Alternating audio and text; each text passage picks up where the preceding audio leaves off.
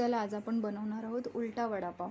नाव अगदी वेगळं आहे पण रेसिपी खूप छान आहे। त्याच्यासाठी मी बेसनचं पीठ घेतलंय, त्याच्यामध्ये 1 ते 2 चमचे तांदळाचं पीठ घातलंय आणि थोडी हळद घालायची त्याच्यात आणि चवीनुसार मीठ घालायचं आणि थोडंसं हिंग घालायचं आणि ह्याच्यामध्ये आता पाणी घालत आपण हे मिश्रण चांगलं मिक्स करून घ्यायचं। थोडं थोडं पाणी घालून मिक्स करायचं, कारण ह्याचं बॅटर आहे हे जास्त पातळ पण नाही झालं पाहिजे आणि जास्त घट्ट पण नाही राहिलं पाहिजे, म्हणून थोडं थोडं पाणी घालून चांगलं मिक्स करून घ्यायचं। असं एकच डायरेक्शनला फिरून हे चांगलं मिक्स करायचं। हे बघा, अशा पद्धतीने हे मिश्रण आता जास्त पातळ पण नाही आहे आणि अगदी घट्ट पण नाही आहे। अशा पद्धतीने हे बॅटर आपण बनवून घ्यायचं। आता बाकी दुसरी तयारी करून घेऊ। पहिला आपण ही सगळी तयारी आपण पूर्वतयारी करून ठेवू।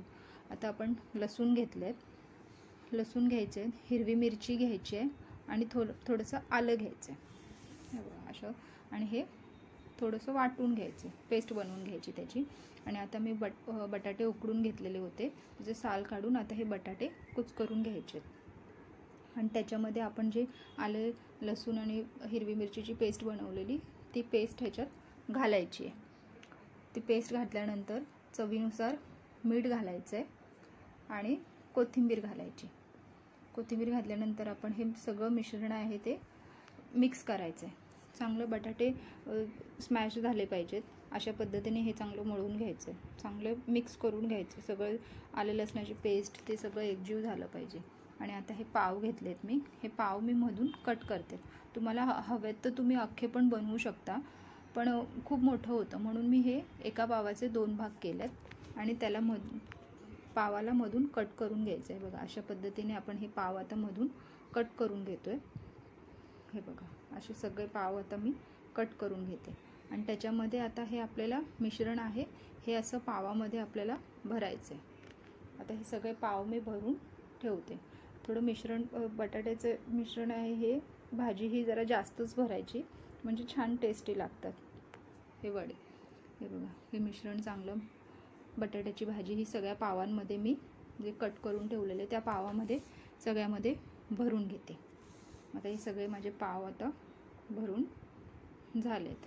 हे बघा, आता हे पाव आता भरून झालेत आणि जे बेसनचं पीठ आपण केलेलं होतं त्याच्यामध्ये हे घोळवायचे आहेत आणि गरम गरम तेलामध्ये सोडायचे।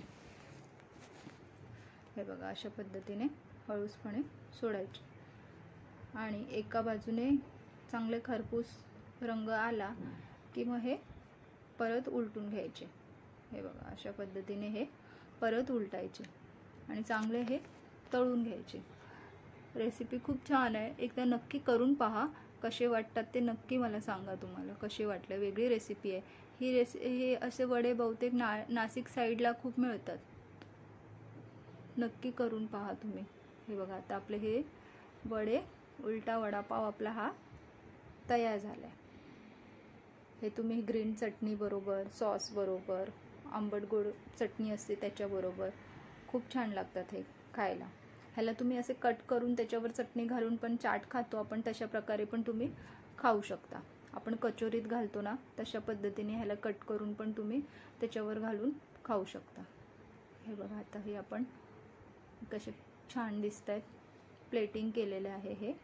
हे बघा, अशा पद्धतीने खूप छान वाटतात। नक्की करून पहा आणि तुम्हाला कसे वाटले ते नक्की कमेंट करून सांगा, तुम्हाला कशी वाटली ती रेसिपी।